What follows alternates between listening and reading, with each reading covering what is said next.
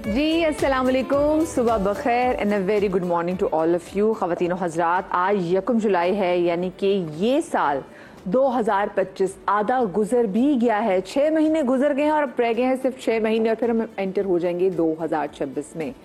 बहुत से लोग ऐसे हैं कि जिन्होंने बड़ा प्लान बनाया था कि 2025 में हमने ये करना है, हमने वो करना है, हमने अपना ये टारगेट अचीव करना है, हमने इस गोल तक पहुँचना है, और अभी तक ये 6 महीने गुजरने के बावजूद वो लोग यही सोच रहे हैं कि कोई बात नहीं, अभी बाकी आधा साल पड़ा है, हम इस साल में वो चीज़ अचीव कर लेंगे। तो भाई देयर इज़ नो टुमारो। जो चीज़ करनी है वो आज से ही शुरू करें। और क्योंकि हम सबके दिमागों में कोई ना कोई रेजोल्यूशन होता है ही। जितना भी लोग कह लेना नहीं भी मैं तो न्यू ईयर पे रेजोल्यूशन नहीं बनाती, लोग बनाते हैं, मैं खुद बनाती हूँ। और मैंने जैसे आपके साथ हमेशा शेयर किया, ज़्यादातर तो आपको पता है ना लोगों के रेजोल्यूशन क्या होते हैं कि उन्होंने वज़न कम करना है, और मैं भी उनमें से थी और आपके सामने खैर कोशिश भी की, कर भी रही हूँ। और ऑफ कोर्स वो एक लंबा सफ़र है, जो मतलब बहुत ज़्यादा लंबा भी नहीं, बट हाँ अब थोड़ा सा रह गया सफ़र जो मुझे करना ही है। बट इस साल में एटलीस्ट मैंने किया, मैं अपने कंफर्ट जोन से बाहर निकली। और आप तब तक कोई चीज़ अचीव नहीं कर सकते, अपने टारगेट तक नहीं पहुँच सकते जब तक आप अपने कंफर्ट जोन से नहीं निकलेंगे। नो पेन नो गेन, ये सिर्फ और सिर्फ जिम के लिए नहीं कहा जाता है भाई, ये वैसे भी आपकी बहुत सारी चीज़ों के लिए कहा जाता है। आज के मेरे शो में जो मेरे सेलिब्रिटी गेस्ट मौजूद हैं, इनमें जो फीमेल आर्टिस्ट हैं वो कम काम करती हैं लेकिन क्या ज़बरदस्त काम करती हैं जनाब। आती हैं, टेलीविज़न पे छा जाती हैं। और जो आज मेरे मेल सेलिब्रिटी आर्टिस्ट हैं वो इतने कमाल, लाजवाब, वर्सटाइल आर्टिस्ट हैं कि वो जो भी किरदार निभाते हैं ऐसा लगता है वो किरदार लिखा ही नहीं पे हुआ था।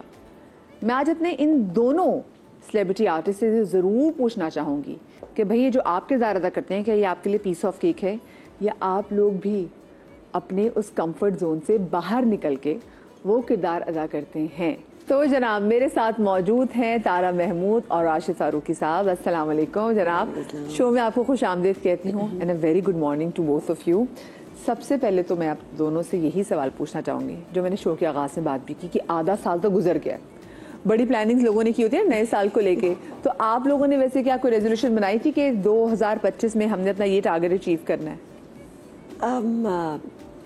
आप बताएं लेडीज। मैं तो अगले दिन की प्लानिंग भी नहीं करता कभी ना करना मतलब चीज़ें शेड्यूल्ड हो जाती है काफ़ी आगे तक, लेकिन इस तरह प्लान नहीं कर सकता कि जनाब इस साल में मैंने ये हासिल करना है, उस साल में ये हासिल करना है। बस छोटे मोटे गोल्स तो होंगे ना, छोटे मोटे तो डेली रूटीन के गोल्स तो होते ही हैं। तो जो वैसे आपने अभी तक सोचा था कि 2025 में ये चीज़ हो जानी चाहिए, तो क्या वो चीज़ें हुई जो आपने वैसे अगर प्लान को थोड़ी बहुत जहन में हो तो? नहीं, बहुत सारी चीज़ें नहीं हुई जो मैंने जहन में सोची थी कि इतना कर लूँगा। हाँ। वो नहीं हो सकी मतलब सोचती थी, लेकिन कोशिश जारी है। और क्या चीज़ अगर आप बताना चाहें तो? बहुत सारी चीज़ें ऐसी हैं जो बहुत पर्सनल है। हाँ, हाँ, चले, हाँ, नहीं दैट वी रिस्पेक्टेड। सारा आप बताइए। मैं चाह रही थी कि इस साल थोड़ा काम डिफरेंट किया जाए, इसलिए वो जो आपने माय डियर सिंड्रेला दिखाया, फॉर मी ये पहली बार था कि मैंने एक पठान कैरेक्टर प्ले किया। उसमें अंदाज फ़र्क था, ड्रेसिंग फ़र्क थी, बोलना फ़र्क था, तो वो मुझे उसमें इतना मज़ा आया था। मैंने एक एक्सप्रेस के लिए भी एक शो किया था, शादी कार्ड, उसमें भी बहुत फ़र्क एक्टिंग की थी, वो लास्ट किया था। तो दैट्स व्हेन आई डिसाइडेड कि अगर मैंने इस साल कुछ काम करना है, बस हम बेसिक ड्रामे भी करेंगे, ऐसी कोई बात नहीं है। लेकिन उसका मुझे बड़ा मज़ा आया था कि कोई कैरेक्टर प्ले किया। सो आई होप कि और कैरेक्टर्स प्ले करने को मिले, थोड़ी लाइफ इंटरेस्टिंग हो जाती है। बिल्कुल अच्छी बात आपने कही, और वही बात है ना, फिर लाइफ इंटरेस्टिंग भी होती थी। और वही वाली बात कि आपने कंफर्ट जोन से बाहर निकल के जो काम करते हैं, आपको चैलेंज देना इतना ज़रूरी है, जस्ट इंस्पायर होने के लिए, इंस्पिरेशन के लिए अपने आप को चैलेंज करना बड़ा ज़रूरी है। अब मैं आप दोनों को ना ज़रा काफ़ी पीछे ले जाती हूँ, मैं राशिद भाई आपको स्पेशली, जब आपका पहला ऑडिशन हुआ था, आपको याद है आपका पहला ऑडिशन? मेरा कभी ऑडिशन नहीं हुआ उस तरह से। पहला ऑडिशन हाँ एक हुआ था जिसमें मैं नाकाम हो गया था। और वो किस चीज़ के लिए था? वो फिल्म जिना बन रही थी, पेट्रा फिल्म आई हुई थी, और मेरी बड़ी ख्वाहिश थी कि मैं उस फिल्म में काम करूं। तो मैं भी गया ऑडिशन देने के लिए। तो एक कैरेक्टर के लिए मैंने ऑडिशन दिया जो मैं कामयाब नहीं हो सका। तो मुझे बताएं राशिद भाई कि आपके लिए एक्टर बनना वाज द फर्स्ट, पहली तरजीह थी कि मैंने एक्टर बनना, या फिर आपके कुछ और गोल्स थे पहले? पहले तो जिंदगी बगैर सोचे समझे गुजर रही थी। कमाने की ज़रूरत पड़ी तो कमाना शुरू कर दिया, इधर काम की ज़रूरत हासिल कर लिया, उधर काम हासिल कर लिया। एक वक्त पे मैंने कॉन्शियस फैसला किया कि अब मैं सारी ज़िंदगी जो है वो एक्टिंग एक्सपीरियंस करूंगा। तब क्योंकि मुझे इस काम में मज़ा आता है, मैं इस काम को अंदर से करके खुश होता हूँ। तो फिर मैंने ये फैसला किया था और तकरीबन 30 साल हो गए। 30 साल हो गए आपने। फिर माशाल्लाह थिएटर भी किया पहले आपने? जी मैं थिएटर, और उसके बाद फिर आप टेलीविजन पे आए। तो थिएटर से टेलीविजन का स्विच वैसे कैसे लगा? मुश्किल था क्योंकि थिएटर डिफरेंट मीडियम है और टेलीविजन डिफरेंट मीडियम है, लेकिन इसके अलावा चारा नहीं था, मजबूरी थी। क्योंकि थिएटर तकरीबन ख़त्म हो रहा था वहाँ। उस वक्त मैं कराची में रहता हूँ, तो कराची में पीक वायलेंस के डेज थे, तो थिएटर पॉसिबल नहीं था। तो मेरे पास, और मैंने अपने आप डिक्लेयर कर दिया था कि हम मैं प्रोफेशनल एक्टर हूँ, तो मेरे पास कोई और चारा नहीं था कि मैं टेलीविजन ज्वाइन करूँ और टेलीविजन की तरफ जाऊँ। वैसे मैं पूछूंगी कि आपके अम्मा पापा का क्या रिएक्शन था जब आपने डिक्लेयर कर दिया कि अब मैंने एक्टिंग ही करनी है? आपको तारा याद है आपका पहला ऑडिशन? मैंने भी ऑडिशंस तो बहुत कम दिए हैं, but I do remember an audition जो मैंने चुड़ैल्स के लिए दिया था आसिम अब्बासी को, एंड अल्लाह का शुक्र कि I was successful in it. But मैंने एक और फिल्म के लिए भी ऑडिशन दिया था, वो सक्सेसफुल नहीं था। तो ये तो you no part of the game है। लेकिन आई बीन लकी कि लोगों ने मुझे ट्रस्ट किया, यू नो एमडी ने मुझे ट्रस्ट किया, यू नो मोमिना दुरैद ने मुझे ट्रस्ट किया, मोमिल ने मुझे ट्रस्ट किया, तो I have been successful in that. और तारा मुझे बताए हादसाती तौर पे आप वैसे एक्टिंग में आई, या फिर आपको था कि हाँ मैंने एक्टिंग ही करनी है, या फिर किसी ने आपको देखा होगा कितनी प्यारी लड़की है इसको हम अप्रोच करते हैं? नहीं, मैंने कोई ऐसे ख्वाब नहीं देखे थे कि मैं एक्टर बनूंगी। टेक्सटाइल डिज़ाइन पढ़ रही थी मैं अमेरिका में, एंड जब मैं वहाँ से वापस आई थी 9/11 के बाद, तो समीना अहमद। वैसे वो 9/11 वो आप उस टाइम वहाँ पे थी जब? जी। तो वो टाइम कितना वैसे टफ हुआ था? हाँ, अजीब तो था। मतलब हमें तो उस वक्त समझ नहीं आई थी कि हुआ क्या है। वो तो कुछ महीनों बाद पता लगा था कि वो किस तरफ डायरेक्टेड था, मुसलमानों पे डायरेक्टेड था, कैसे था। बट वो जो हमारे वीज़ाज वगैरह रिवोक हो गए थे और यू नो, तो फिर वहाँ वापस आना पड़ा। ये उसका एक आउटकम था। बट हो गया, ये भी होना था। मेरा पाकिस्तान आना बहुत ज़रूरी था। बिल्कुल, पाकिस्तान आना ज़रूरी। तो फिर आपने जैसे ये नहीं सोचा कि मैं अपने अब्बा की तरह मैं भी पॉलिटिक्स में जाऊँ? नहीं, अभी तक तो नहीं सोचा। अभी तक नहीं सोचा। आगे के प्लान है, या अब अब्बा के क्या प्लान थे, शौकत साहब के क्या प्लान थे? मेरे लिए या आपके लिए? मेरे लिए वो तो बहुत खुश थे कि मैंने टेक्सटाइल डिज़ाइन पढ़ा है, और वो तो इनिशियली कहते थे कि तुम ये एक्टिंग में क्यों जा रही हो, तुम्हें तो हमने पढ़ा लिखा के you know. So but now he is happy, now he is happy. सबसे ज़्यादा किसने सपोर्ट की थी जब आपने कहा कि जी मैं एक प्रोजेक्ट करने जा रही हूँ? एक्चुअली मेरे माँ बाप दोनों जो हैं वो बहुत सपोर्टिव हैं। जो भी मैं करना, मैं बाहर पढ़ना चाहती थी तो उन्होंने मुझे सपोर्ट किया। मैं वहाँ रह के काम करना चाहती थी तो तब भी उन्होंने कहा ठीक है। यू नो, मैं जब वापस आई हूँ तो मैंने जीटी मैगज़ीन के लिए काम किया था, मतलब मैंने इसको लॉन्च किया था, तो उन्होंने मुझे कभी कोई इस तरह प्रॉब्लम्स नहीं दी।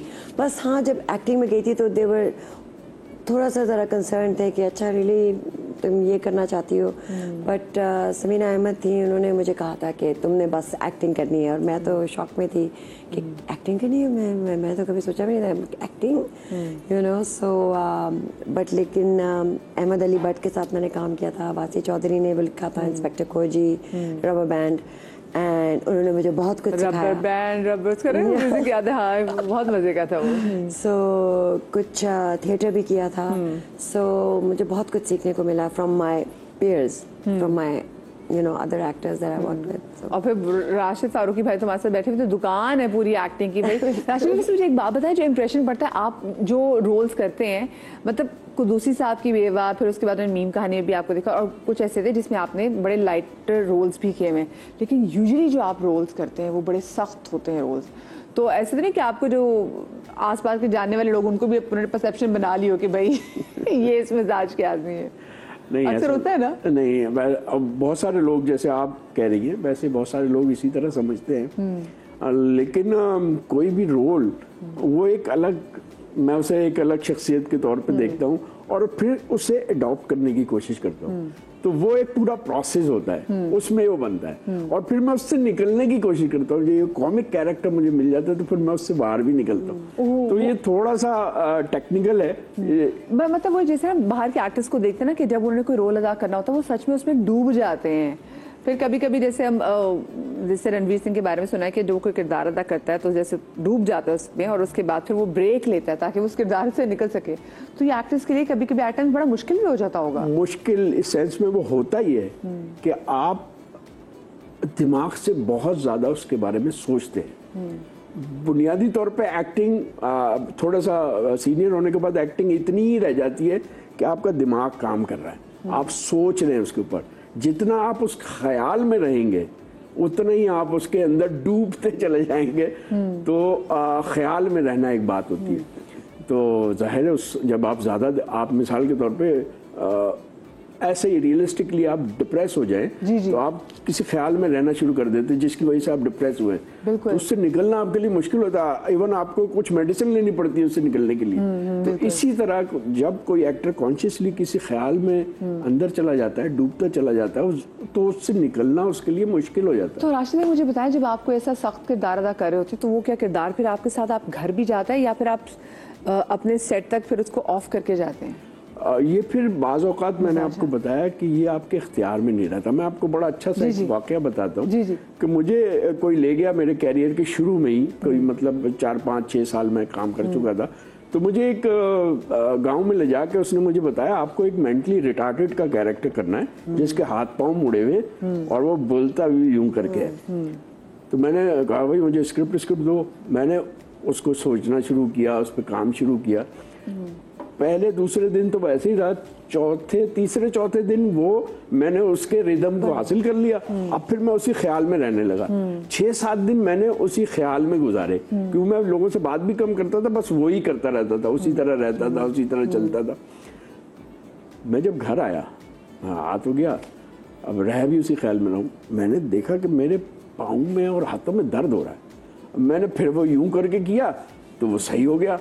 मैं उससे निकल नहीं रहा। मतलब फिजिकली भी आपके ऊपर हावी हो जाते हैं बहुत से। अगर आप ज्यादा दिमाग इस्तेमाल करें, आप ज्यादा उस ख्याल में रहें तो ये होता है। That's the key to the acting. होता है जो एक्टिंग है वो है ही ऐसी ना कि आप उसकी रूह तक पहुंच पाए। तो इसका मतलब है कि एक्टिंग आपका पीस ऑफ केक था या कि जैसे मैं सवाल पूछ रही थी, या फिर आपने कंफर्ट जोन से बाहर निकल के एक्टिंग करते? मुझे कभी भी कोई भी एक्ट पीस ऑफ केक नहीं लगा और ना ही जो पीस ऑफ केक लगता है तो फिर वो मैं करता भी नहीं, क्योंकि मुझे मजा आता है डिटेल करने में, ख्याल में डूबने में, इन तरह की चीजों से अपने कैरेक्टर को सजाने में। क्योंकि मैं समझता हूं कि अगर मैं कुछ एक्स्ट्रा ऑर्डिनरी करूंगा तब मैं ऑडियंस को मुतवज्जो कर पाऊंगा। हजारों लोग एक्टिंग कर रहे हैं, मैं मुनफरिद क्यों हूं? मैं कुछ एक्स्ट्रा करूंगा, उसके लिए मैं एक्स्ट्रा काम करता हूँ, तो फिर मैं थोड़ा सा नजर आ जाता हूँ। भाई नथिंग इज इजी। वो जो लोग अक्सर कह रहे थे भाई एक्टर्स की तो बड़ी मौजें हैं, भाई उनसे पूछे होती है वैसे एक्टर्स की मौजें? मुझे बताएं जरा। मतलब मुशक्कत तो मुझे ज्यादा लगती है। आई मीन हर काम मुश्किल होता है। मैं नहीं समझती कि 9 to 5 जो जॉब करते हैं लोग वो इतना आसान है, वो भी बड़ा मुश्किल होता है। लेकिन हम जो 12 घंटे गर्मी के अंदर और ये एक पर्सनैलिटी अपनाना, एंड ये जो चैलेंज की मैं बात कर रही थी उसमें बड़ा मज़ा आता है। मतलब मुझे तो बड़ा मज़ा आता है। लाइक मुझे इतना एक फ़र्क कैरेक्टर करने का, हाँ उसमें से निकलना ज़रा मुश्किल हो जाता है। आप उस तरह बोलना शुरू हो जाते हो। और जब आप कभी कोई ऐसे कैरेक्टर घर लेके गए अपने? बिल्कुल। जब मैं शादी काट कर रही थी तो उसके अंदर मैं एक अपनी ही कोई लैंग्वेज डेवलप की थी। कोई दुबई रिटर्न थी मैं और मेरी बेटी जो है ना, हम लोगों ने अपनी एक लैंग्वेज डेवलप की थी जिसमें ना हमें अंग्रेज़ी आती थी और ना हमें उर्दू आती थी। तो वो डेवलप करने में ही बहुत मज़ा आया था। वही जो आप कह रहे हैं 5-6 दिन लगे थे, यू नो। और फिर जब वो हो गया था तो पूरा सेट जो है ना वो उस तरह बोल रहा था, यू नो। मुझे भी अच्छा लग रहा था कि वो एक कॉमेडी था एंड इतना मज़ा आया था कि वो मैं जब मैं क्या डायलॉग क्या था, मैं भी ज़रा सुना। मुझे बिल्कुल याद नहीं है, but you know it was like वो मतलब I can't really like I don't remember it because वो लास्ट ईयर हुआ था जैसे ना। अगर मैं आपसे बात करी तो आप मुझे उसमें उसी Oh my God, like मैं तुम क्या बातें कर रही हो like हम को तो समझ नहीं आ रहा you know like इस तरह करके ना like थोड़ा सा आर्ट्स को मजेदार रोल किया है हाँ like you know कि मैं वहाँ से आई हूँ हम आप लोग दुबई से आए ना हम दुबई से आए हैं आप लोगों को कुछ नहीं पता you know that type लेकिन अंदर से हमें भी कुछ नहीं पता था you know so वो जो pretense था ना उसमें बहुत मजा आया था मुझे एंड जो मजा आया था वो कि मैं और मेरी बेटी ने जो डुओ प्ले किया था ना उसमें वो भी उसी तरह थी एंड यू नो तो वो बड़ा मजा आया था। फिर वो जो माय डियर सिंड्रेला किया था उसमें पठान कैरेक्टर प्ले किया था।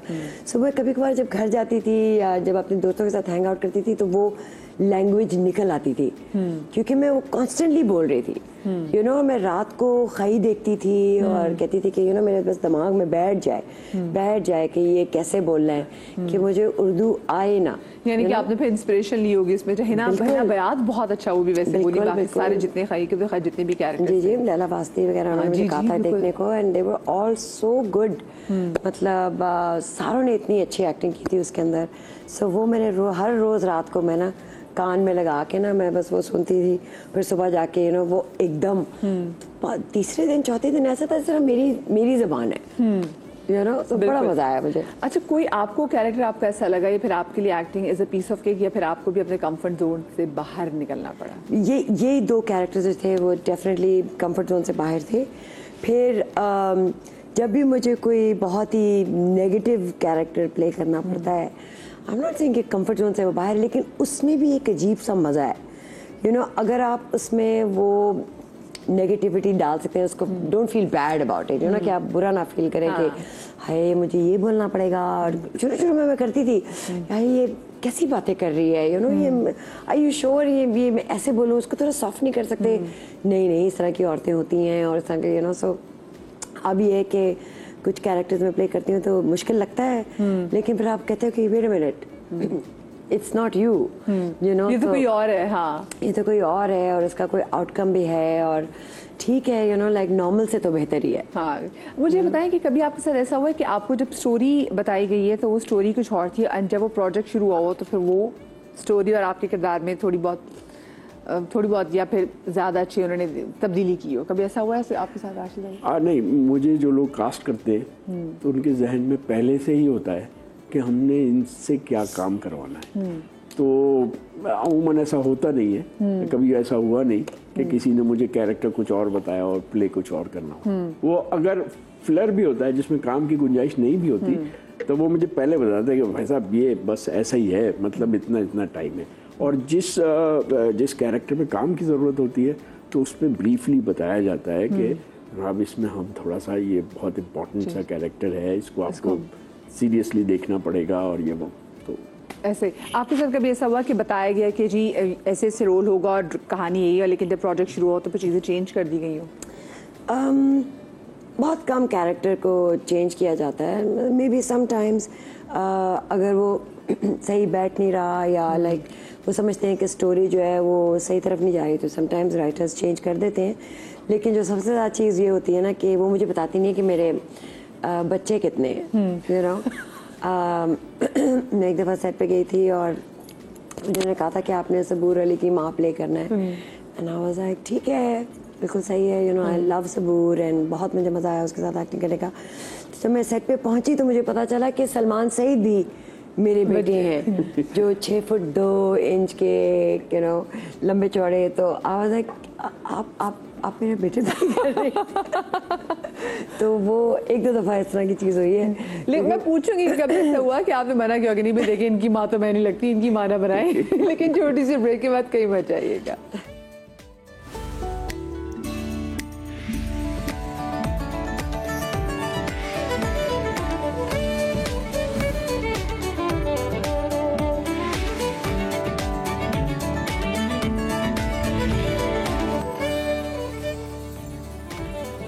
जी welcome back after the break जनाब। हमारे साथ राशिद फारूकी साहब मौजूद है और हमारे साथ तारा महमूद साहिबा मौजूद है। और तारा जो है वो ऑलरेडी, क्योंकि वो समा भी हम ब्रेक में बात कर रहे थे, पता चला कि वो तो समा में काम ऑलरेडी भी कर चुकी हुई हैं और एक नई जो चीज़ें वो कहते जिद्दत जो है ये अपने काम में भी लेकर आई। तो वो हमें सुन के भी इतना मजा आ रहा था कि अच्छा भाई एक्टिंग भी, ये लड़की तो हरफन मौला है, टेक्सटाइल इंजीनियरिंग करके आई है बंदी, पढ़ के आई है और उसके बाद फिर क्या क्या चीज़ें ये कर रही है। अच्छा मैं ज़रा ना अब इनके साथ खेलने लगी। मेरा सेगमेंट नंबर 2 नंबर सेगमेंट मेरा जिसमें हमारा सेगमेंट खराब है वो कौन है, ठीक है। पहले तो बोर्ड्स इनके साथ, आप लोगों को मालूम है गेस सेलिब्रिटी गेम में क्या होता है। तो बोर्ड आपने एक एक करके एक दूसरे को दिखाएंगे और फिर आपने गेस करना कि कौन सेलिब्रिटी है। एक एक करके आप लोग खुद नहीं देखेंगे, ठीक है, एक एक करके, ठीक है। और उसके बाद फिर आपसे सवालात भी होंगे, वो कौन है आप ही के साथी आर्टिस्ट के हवाले से। तो तारा लेडीज फर्स्ट, बिस्मिल्लाह करें। सुबह सुबह एग्जाम हो रहा है हमारा। यस, बड़ा मजे का एग्जाम है। मैं तो बिल्कुल नहीं जानता। हाँ 3 हिंट्स देने, हाँ 3 हिंट्स है। नहीं मैं हेल्प करूंगी ना, हाँ मैं हेल्प करूंगी। चलिए बिस्मिल्लाह करें। पहले उठाए बोर्ड, उनको दिखाएं। चले ऐसे रखना है, यस। अच्छा पीटीवी मॉर्निंग शो, ओके बहुत क्लियर हिंट है। पीयूटी जुगन का क्या बात है, जबरदस्त भाई। एक तो सामने जो हमारी स्क्रीन आ रही है उससे भी जरा तस्वीर हटाए पता चल रहा है जुगन की पिक्चर आ रही है। चले वेरी गुड, अच्छी। अब आप ऐसे इनको दिखाइएगा। थोड़ा सा नीचे गले राशिद भाई, ताकि आपका चेहरा भी नजर आ सके।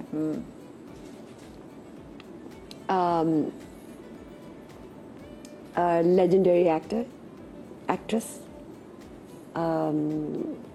धूप किनारे। बहुत क्लियर हिंट है। हंसते हंसते ये मुझे लड़कियों की बड़ी प्यारी लगती है। तो प्यारी है ना, उनको पता है प्यारी, पर हंसते थे। सब चीजें कर जाती है। Wonderful woman, director and an actor. Yes. Saira Kazmi, नहीं मरीना खान। जी यस, बिल्कुल सही जी।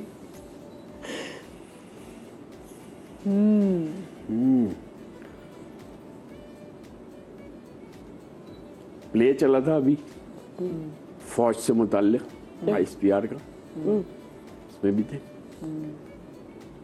और किसी एक्ट्रेस के बहुत अच्छे दोस्त भी हैं और इस्लामाबाद से ताल्लुक है। अहमद अली, मतलब फौजी वाले जो नाम ऐसे ही है, ऐसे ही है। क्लोज है, काफी क्लोज है। उसके भी दोस्त थे। उसके भी दोस्त थे। ओह माय गॉड, कौन था उसके अंदर? और सोशल मीडिया पे बहुत एक्टिव रहते हैं। हाँ बहुत एक्टिव रहते हैं। Oh my god, I am going to forget. Dance भी बहुत अच्छा करते हैं। अक्सर जब इस्लामाबाद में जब कोई शादियां होती हैं किसी हमारे सेलिब्रिटी आर्टिस्ट की, तो वे जिनके फ्रेंड्स होते हैं, फिर इनकी क्या कमाल डांस की वीडियोस आती हैं। अच्छा हाँ फौजी प्ले हाँ। हारमानी, हाँ हारमानी आपने? नहीं यार, उन्हीं के साथ थे। और कौन कौन था उसके अंदर मुझे याद नहीं आ रहा। भाई इनके चलिए एक और बताती हूँ। इनके जो बड़े भाई हैं वो भी बहुत नामवर एक्टर नहीं है, बट वो एंकर है PTV के, अंग्रेजी के। ओह ओके पहुंच ही नहीं। उस्मान खालिद। जबरदस्त, वेरी गुड। चले जी नेक्स्ट। Good hint. ओह ठीक है जी। सिंगर भी हैं और बहुत अच्छे एक्टर हैं। और जो ड्रामा करते हैं वो हिट हो जाता है।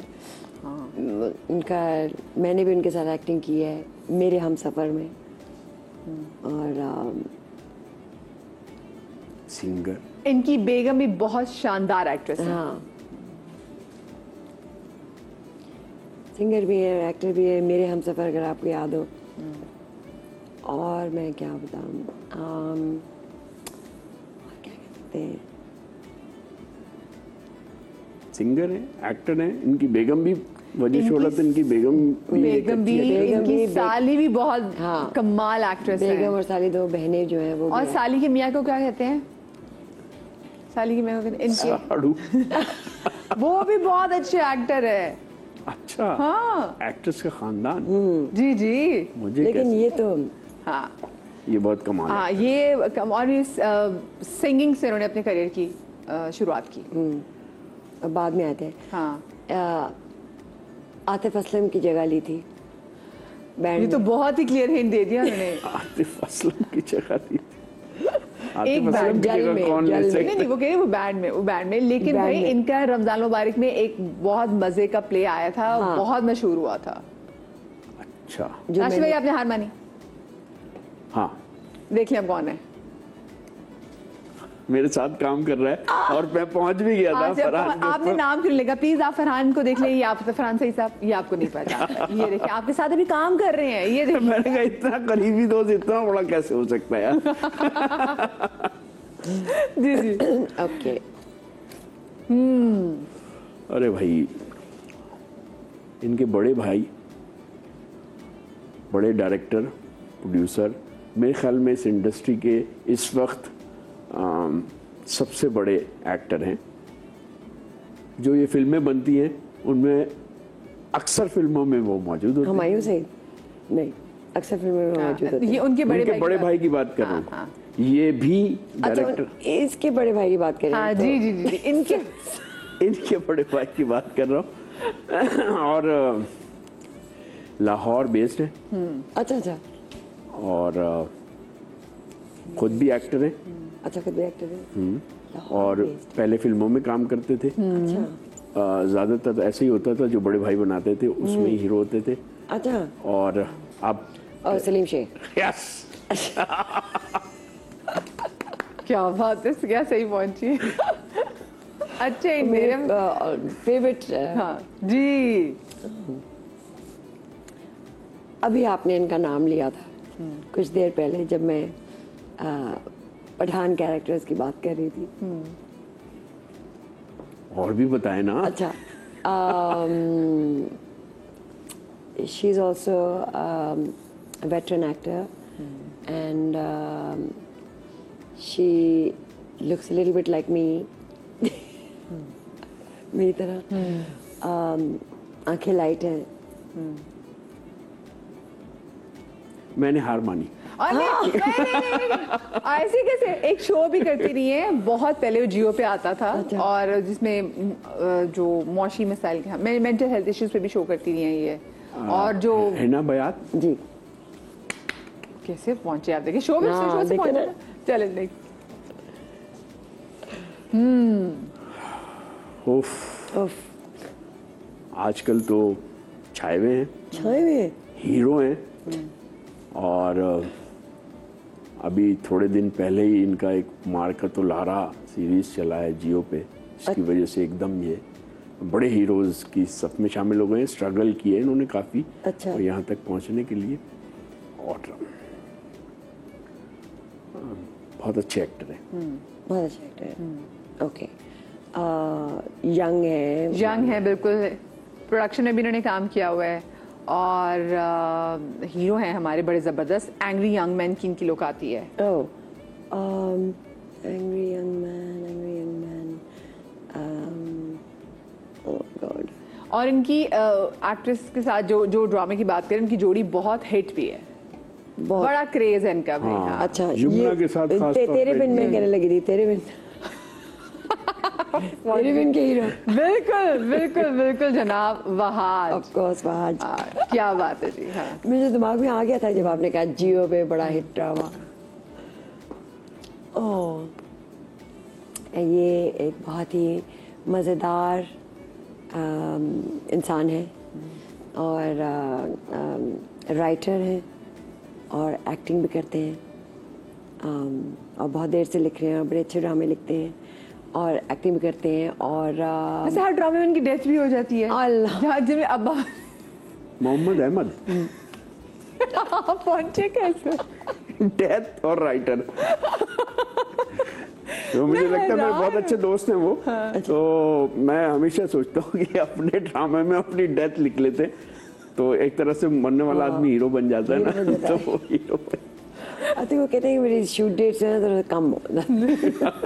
या तो ये भी समझ में आ गई कि इस ड्रामा इससे मजीद हिट हो जाता है। हाँ, जी आपकी वो, जी जी। इनको तो मैं खुद नहीं पहचान। अच्छा, ओके ओके। ये भी बहुत अच्छी एक्ट्रेस हैं, कमाल की। फिल्मों में भी इन्होंने काम किया है, 1-2 फिल्मों में। अच्छा, एक तो और टेलीविज़न में इन्होंने बहुत अच्छा काम किया है, ऑन ऑफ रहती हैं। अगर ये वही है जिन्हें मैं समझ रहा हूँ तो और इनकी एक फिल्म जिससे इन्होंने अपने कैरियर का आगाज़ किया था, शायद वो यासिर नवाज ने डायरेक्ट की थी। अच्छा, उसका नाम मेरे जहन में नहीं आ रहा फिल्म में। अच्छा, इन्होंने अभी रिसेंटली पे जरा ब्रेक भी ली थी, इनकी शादी हो गई है, फिर इन्होंने ब्रेक ली, फिर बेबी के बाद दोबारा से एंट्री मारी इन्होंने। अच्छा, दोबारा मारी, बेबी भी हुआ है। हाँ, एक बहुत हिट प्ले भी चल रहा है इनका। अभी चल रहा है? यस। ओके।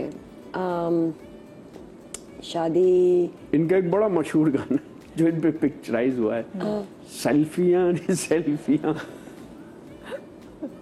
अब इससे I don't know. इनका एक और बड़ा मशहूर ड्रामा है जो बहुत सीरियस था, जिसमें मैंने भी काम किया था। मैं इनका फादर था, उसका नाम था सुर्ख चांदनी। अच्छा, और कुछ बताएं ना, पर्सनालिटी के बारे में बताएं। मतलब ये अबड़ो हैं। वापस आए, हाँ? हाँ, अब ये इस तरह क्लियर हिंट के थे उन्होंने ये कहा बाय अबड़ो है। कास्ट अबड़ो हैं, अबड़ो। अब बस इनके खत्म, नाम के मुक आगे गए। अबड़ो आता है। देख लो, फाइनली ख़वातीनो हज़रात ये फ्लाइट लैंड कर गई। इससे और क्लियर हो सकता था। इससे और क्लियर कुछ नहीं हो सकता। उन्होंने कहा कि जी ये अबड़ो है, तो फिर भाई के साथ तो मैंने भी ये काम मेरा किया है, मुझे आखिरी- बहुत मजा आया था। अच्छा, आपका आखिरी रह गया जी। ये भी एक बहुत ही मज़ेदार खातून है और बहुत देर से एक्टिंग कर रही हैं। अभी भी माशाल्लाह बहुत खूबसूरत हैं और ड्रामा की क्रिटिक भी है, ड्रामा के ट्रीक भी हैं, बिल्कुल वो एक शो करती हैं और ये एक्ट की चेयरमैन भी हैं। अतीक ओडो। से क्या आगे से क्या रह जाएगा? क्या ये तो क्या बहुत रहेगा? और तो कोई भी नहीं या तो बस नाम लेना रह गया था कि मैं नाम किसकी जरूरत नहीं है। मैंने बहुत चीटिंग की है लगता है। अच्छा, क्योंकि हमारा अब जो मैं आपसे सवाल पूछूंगी, बोर्ड गेम तो आप दोनों ने बहुत अच्छी खेली हुई, जितना आप लोग डर रहे थे ना कि भाई हमें तो पता नहीं है, लेकिन क्या कमाल आप दोनों ने हिंट दिए, तो भाई जबरदस्त। अच्छा जी, अब आप लोग मुझे ये बताएं कि वो कौन है जिसको अपने साथ साथ दूसरे आर्टिस्ट के डायलॉग्स भी याद होते हैं? दोनों ने जवाब देने हैं। मैंने शब्बीर जान भाई को देखा है कि वो जब एक दफा सीन पढ़ लेते हैं, उन्हें पूरा सीन याद होता है, सबके डायलॉग याद होते हैं। मेरे तो एक्सपीरियंस में वही है। आपके नजदीक? एक्चुअली मैं भी उन्हीं का नाम लेने लगी थी। शबीर जान को पूरा सीन याद हो जाता है बिल्कुल। एंड मैंने तो कुछ जब याद नहीं आ रहे और कौन थे, पर कुछ लोग हैं जो आगे से बोलना भी शुरू कर देते हैं, लाइक मुंह हिलाना शुरू कर देते हैं। आप कह रहे हो कि जी आप क्यों मुंह हिला रहे हैं? अरे आपके डायलॉग भी बोल रहे होते हैं। एंड नहीं, वो माइम कर रहे होते हैं, you know. And I am like, आपको पता है ना कि आप वही चीज़ बोल रहे हैं। मैंने बोला, मुझे अजीब लग रहा है, मुझसे बोला नहीं जा रहा। लेकिन आपको पता है शबीर भाई का नाम हर कोई लेता है। हमने जब भी सवाल पूछा है तो मैं एक बार हमने शबीर भाई से भी कहा कि शबीर भाई आप तो किसी बहुत बड़े डॉक्टर बन सकते थे अगर आप किताबों को भी ऐसे पढ़ लेते जैसे स्क्रिप्ट पढ़ते हैं। वो कौन है जिससे आप सालों बाद भी मिले तो लगता है कि जैसे अभी कल ही मिले थे, और बातों का सिलसिला जहाँ आपका खत्म हुआ होता है ना, वहीं से जुड़ जाता है? ये सेलिब्रिटी के नाम सेलिब्रिटीज में हाँ, मेरे तो दोस्त हैं जी। उनका नाम सलीम महराज है।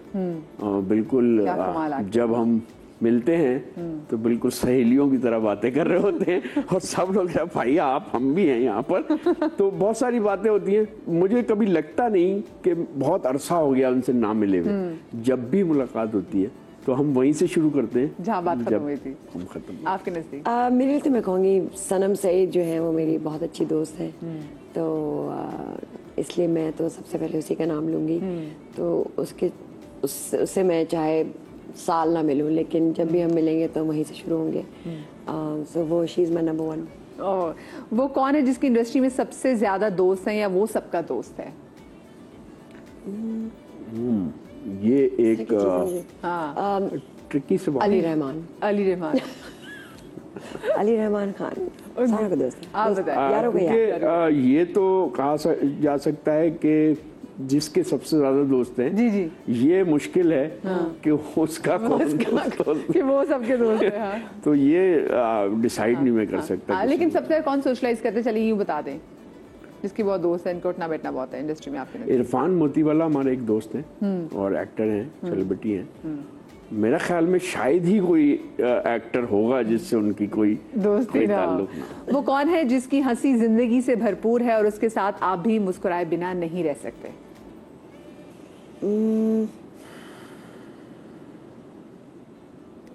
मुश्किल सोचना दुविधा में डाल दिया मैंने इनको। हाँ, बताएं वो कौन है जिसकी हंसी निहायत ही कंटेजियस है? क्योंकि हम लोग एक्टर होते हैं ना, तो जो कुछ हम एक्सप्रेस कर रहे होते हैं वो पता नहीं सच्चा होता है कि नहीं होता, ये डिसाइड नहीं कर पा सकते।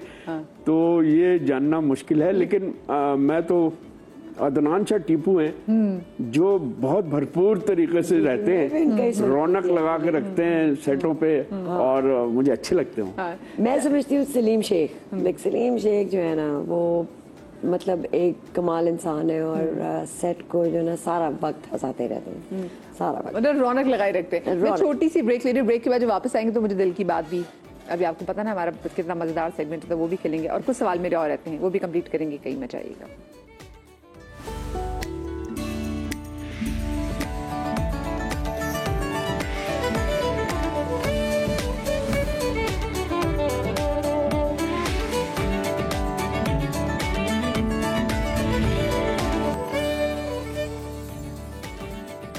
जी welcome back after the break. हम आगे अपनी कॉफी टेबल पे, कॉफी टेबल पे जनाब होंगे सवालात दिल से और जवाबात भी आएंगे दिल से। तो इसके जनाब लें ओथ और कहेंगे जो कहूंगी कहूंगा, दिल से कहूंगा, इसके अलावा कुछ नहीं कहूंगा। भाई जो कहूंगा दिल से कहूंगा और उसके सिवा कुछ ना कहूंगा। मैं तो बात ही सिर्फ दिल से करती हूँ, पर जो कहूँगी दिल से कहूँगी।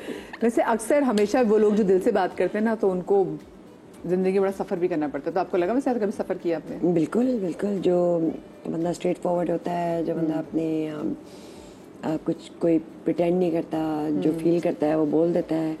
हाँ, तो उससे प्रॉब्लम्स होती हैं, बहुत सारी होती हैं। सच इसलिए कहते हैं कि एक आर्ट है प्रिटेंड करना भी बहुत सारी चीज़ों का, अगर वो सीख लें तो खैर इंसान। बिल्कुल। चले जी, पहला सवाल आप दोनों से ये है कि आपकी ज़िंदगी का वो कौन सा दौर था जो सबसे अच्छा था लेकिन आप उसको सही तरीके से एंजॉय नहीं कर सके? आई थिंक जब मैंने गाना गा रही थी ना मैं एक बैंड के लिए, बैंड का नाम था रश्क। तो मैं लीड सिंगर थी उस बैंड की।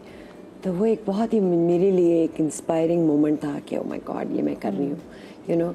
लेकिन वो एक डिफ़िकल्ट मोमेंट भी था मेरे लिए बहुत ज़्यादा, या फाइनेंशियली एंड इमोशनली, और एक बहुत ही मुश्किल वक्त था, थोड़ा सा डिप्रेशन में चल रही थी। So and this is back in ये जी 2013-14 में मैं ये करी थी, 3 साल के लिए मैंने किया था। तारा माशा से आपने इतनी चीजें की हुई, मतलब वो लेयर बाय लेयर पता चला कि अच्छा अभी तारा तो सिंगर भी है, तारा ने मार्केटिंग में भी काम किया हुआ है। वाओ। सो और टेक्सटाइल में भी काम किया हुआ है। टेक्सटाइल में भी, हाँ वो पढ़ा हुआ है भाई, वो जबरदस्त। और अब एक्टिंग में भी। वो मैं समझती हूँ बहुत ही मेरे लिए अमेजिंग टाइम था और डिप्रेसिंग टाइम भी था। और आप रिग्रेट करते कि आप उसको एंजॉय कर लेती?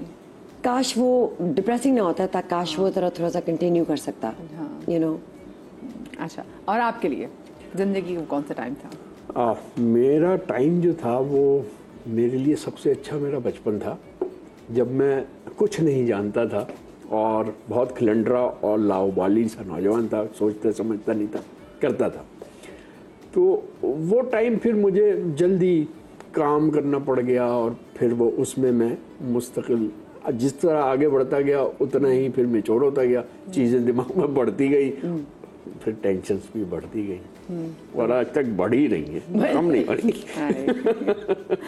आपकी वो कौन सी आदत है जिससे आप तंग हो और आपको जिससे आपके अपने लोग आपसे तंग हो और आपको पता भी नहीं है?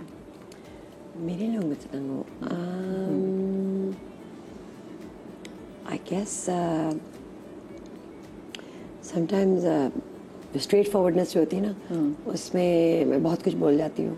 सो हाँ, कभी कभार लोग तंग आ जाते हैं। जैसे अगर मैं किसी को कहूँ कि यार ये तुमने कपड़े बड़े अजीब से पहने हुए,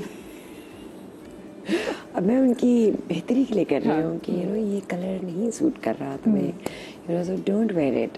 So they're like यार sometimes they mind it.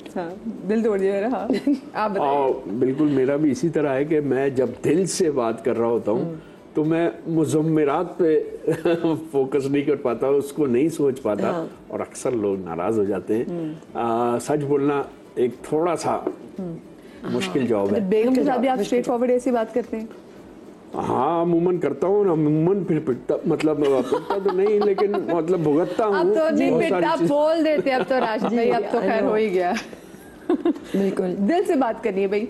क्या आपका गुस्सा लोगों को खौफजदा कर देता है या आपको गुस्सा आता ही नहीं है? नहीं, मुझे ठीक ठाक गुस्सा आता है। और मैं आई थिंक जनरली मैं ज़रा लोगों में खौफ थोड़ा डालती हूँ।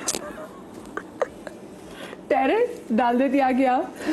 टेरर तो नहीं कहूँगी, लेकिन थोड़ा सा सख्त मिजाज कभी कभार, स्पेशली काम में ना मुझे डेवलप करना पड़ा है थोड़ा सा सख्त मिजाज, वरना लोग पीपल टेक एडवांटेज। हाँ, बात बिल्कुल सही है। हाँ, specially when you are a single woman, तो लाइक डेफिनेटली तो थोड़ा सा ज़रा अपना सख्त स्टांस रखना पड़ता है। तो किन बातों पे तारा को ज़्यादा गुस्सा आता है? मुझे बहुत सारी चीज़ों पर गुस्सा आता है, जिस तरह इनकॉम्पिटेंस। आई ऑल्सो थोड़ा पेशेंस भी नहीं है मुझ में, थोड़ा लैक पेशेंस। और लाइज बर्दाश्त नहीं होते मुझसे। अच्छा ना कि वो तारा को देखे ना कि चुई मुई सी प्याई सी हंसती मुस्कुराती, तो अगले मेरी टीम के हैं इनको गुस्सा आता है। आप बताइए राशिद भाई। मुझे भी गुस्सा आता है समटाइम, अमूमन कम होता है कि मुझे गुस्सा आए और मैं आउट ऑफ कंट्रोल हो जाऊं, लेकिन बाज़ औक़ात ऐसा हो जाता है। अब लोग डरते हैं या नहीं है मैं नहीं फैसला कर सकता, लेकिन मैं अपने गुस्से का, अगर मुझे गुस्सा आता है तो मैं इजहार कर देता हूँ। और उसके मुख्तलिफ तरीके हैं। कभी मैं अपने गुस्से का इजहार खामोश रह के करता हूँ, मैं कोई जवाब नहीं देता। और कभी मैं जोर से बोल के, चीख के बोल के अपने गुस्से का इजहार कर लेता हूँ। राशिद भाई, किन बातों पे गुस्सा आता है आपको? मुझे गुस्सा आता है या तो कोई मेरी कोई 420 और चोरी पकड़ ले तो मुझे गुस्सा आ जाता है और मैं उसे कन्विंस करने की कोशिश करता हूँ। दूसरा ये और दूसरा ये कि कभी ऐसा भी होता है कि मुझे जेन्युइन गुस्सा आता है कि मैं गलत नहीं होता और कोई मुझे गलत साबित करना चाहता है तो मुझे गुस्सा आ जाता है। और या फिर तीसरी दफा गुस्सा आता है जब मैं बेबस होता हूँ, मैं कुछ कर नहीं पाता और मुझे करना होता है लाजमी, तब फिर मुझे गुस्सा आता है। लेकिन मेरा तो गुस्सा ठंडा भी बहुत जल्दी हो जाता है सडनली, लाइक मतलब मैं तो आई लव मजाक एंड समटाइम्स मैं अपना गुस्से का इजहार मजाक में भी करती हूँ। कर लो लाइक मजाक में भी करती हूँ। क्या आप कारमा पे यकीन रखते हैं? एब्सोल्युटली। मैंने अपनी सारी कारमा के जो आप कर रहे हैं वो वापस आएगा, मकाफात अमल 200% यकीन रखता हूँ कि अगर मैं कोई भी एक्ट कर रहा हूँ या कोई भी अमल कर रहा हूँ, इसका रद्द अमल मुझे ज़रूर मिलेगा। और किसी इंसान की तरफ से नहीं, मैं समझता हूँ कि ये कुदरती निज़ाम है जो आपको फौरन जवाब मिलता है। जिंदगी में वो कौन है जिसके साथ सबसे ज़्यादा बनती है लेकिन वक्त के साथ साथ वो रिश्ता या वो शख्स बदल गया?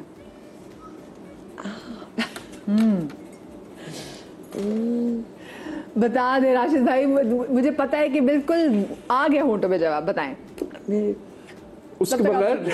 उसके बगैर मैं रह भी नहीं सकता हूँ और उसको अगर वो मौजूद नहीं है तो बहुत ज़्यादा मिस करता हूँ। मतलब इवन ये भी है कि वो मौजूद नहीं है, वो कहीं चला गया है तो मिस कर रहा हूँ कि यार आज तक डांटा नहीं, अभी तक कोई किसी ने चीखा चिंगाड़ा नहीं मेरे ऊपर या मेरी गलतियों को दुरुस्त किया नहीं। जाहिर है मेरा काउंटर पार्ट मेरी वाइफ जिसके साथ मैं ज़िंदगी गुजारता हूँ वो बहुत सॉफ्ट हुआ करती थी। शायद के ज़माने की जो नाहमवारी है उससे बहुत कड़वी हो गई है, तो वो ज़्यादातर गुस्सा, सारी दुनिया का गुस्सा मेरे ऊपर उतारती है, लेकिन मुझे बिल्कुल उस पर वो नहीं होता। थोड़ी देर के लिए वक्ती गुस्सा ज़रूर आता है लेकिन मुझे पता है कि इसने अगले ही लम्हे थोड़ी देर बाद वापस सही हो जाना है। तो मैं उससे बेइंतहा मोहब्बत करता हूँ और इधर उधर कहीं भी मैं नहीं जा सकता। अब जिंदगी का जीना मरना उसी के साथ। बिल्कुल। इतनी प्यारी बात की। आप बताइए जी, जिंदगी में वो कौन जिसके साथ सबसे ज्यादा बनती थी, लेकिन अब वक्त के साथ साथ वो रिश्ता या वो शख्स बदल गया हो? वो रिश्ता या वो शख्स। हाँ, एक्चुअली मैं किसी के बारे में सोच नहीं सकती। आई थिंक लोग अपनी ज़िंदगी में मूव ऑन कर जाते हैं, लोगों की शादियाँ हो जाती हैं या, बट मैंने कभी इस तरह फील नहीं किया कि वो इंसान ही बदल गया। उनकी सिचुएशन बदल गई। तो मैंने हमेशा अंडरस्टैंड किया है कि ठीक है जी, कोई मसला ही नहीं है। वैसे आपकी फैमिली में आपकी सबसे ज्यादा किससे बनती है? फैमिली में आई मीन हर किसी से बनती है। मेरी जुड़वा बहन भी है, मेरी छोटी बहन भी है, मेरी माँ बाप, दोनों माँ बाप से बनती है। सो फादर से मेरी बहुत बनती है। So I can't say pinpoint कि मैं किसी एक से ज़्यादा हो। I can't say it. अच्छा, फिर आपने जैसे बताया कि आपकी जुड़वा बहन भी है, तो कभी फिर आप लोग कंपटीशन में ऐसे रहे कि नहीं जी इसको ज़्यादा प्यार करते हैं, मुझसे प्यार करते हैं? और उनकी लड़ाइयाँ भी बहुत होती होंगी। लड़ाइयाँ बहुत होती हैं या बहुत होती थी। बच्चों ने तो कुश्तियाँ होती थी और कंपटीशन भी बहुत होता था हर चीज़ में। यू नो कि स्टोरी किसने पहले बतानी है। यू नो हम बहुत तेज़ बोलते थे। तो लेकिन वो तो यू नो बहनों में तो होता ही है, बहनें बहुत लड़ती हैं। अगर किसी का झूठ पकड़ा जाए तो आप उससे कता ताल्लुक कर लेते हैं या आप उसे माफ़ कर देते हैं? अगर किसी का झूठ पकड़ा जाए तो ज़ाहिर है बुरा तो लगता है अगर कोई झूठ बोलता है और वो मुझे पता होता है कि ये झूठ बोल रहा है।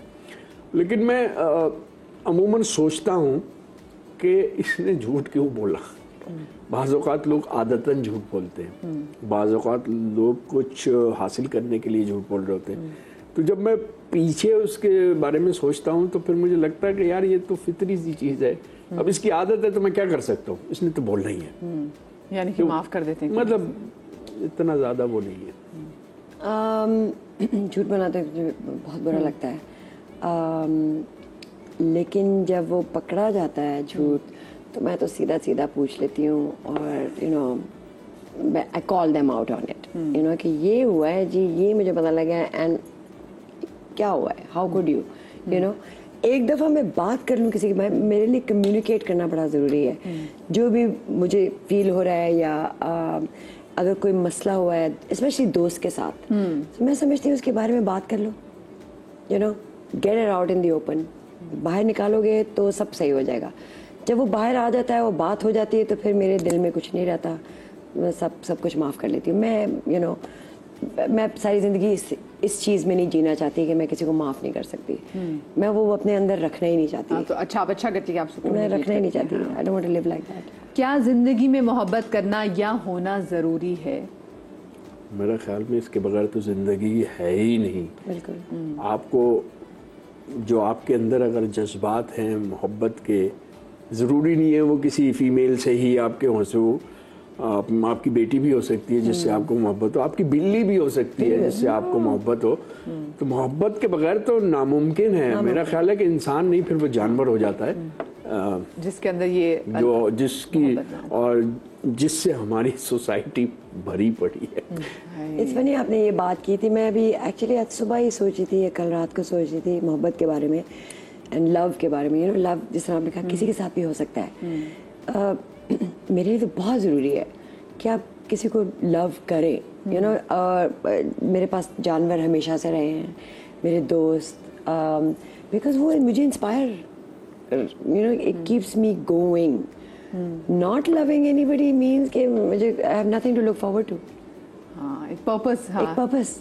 यू नो पर्पस आपकी जॉब भी हो सकती है, पर्पस आपका ये मतलब बिजनेस भी हो सकता है, ये सारी चीज़ें हैं।